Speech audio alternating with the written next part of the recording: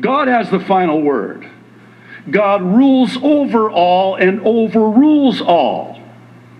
So when you say, yeah, I know God's going to provide, but, you just tied the hands of God's miracles in your life with the ropes of your putting those words in the wrong place.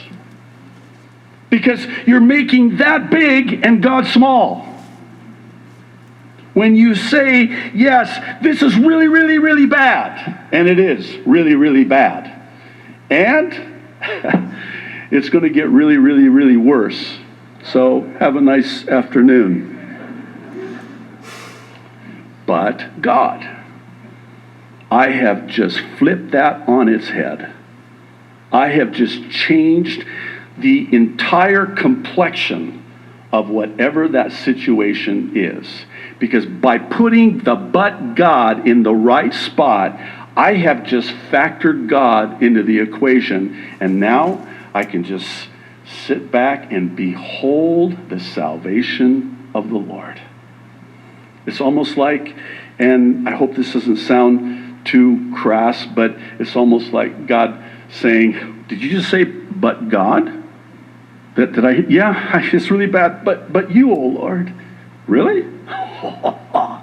Watch me now. Watch me now.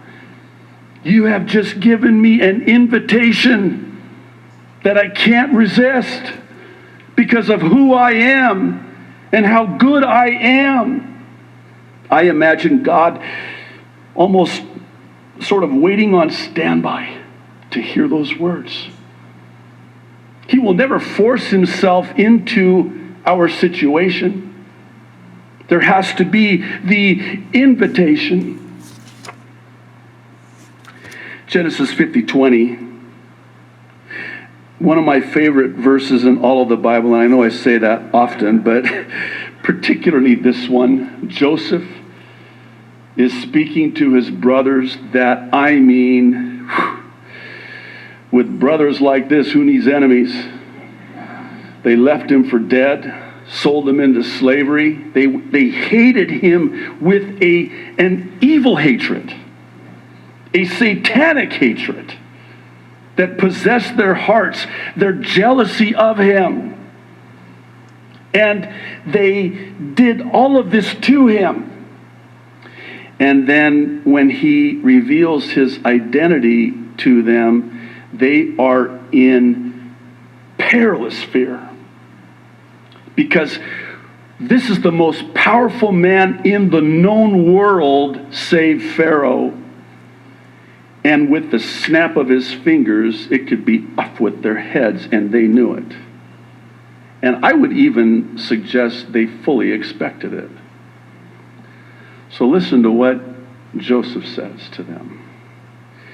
He says, but as for you, you meant evil against me, but God meant it for good in order to bring it about as it is this day to save many people alive. Could you imagine?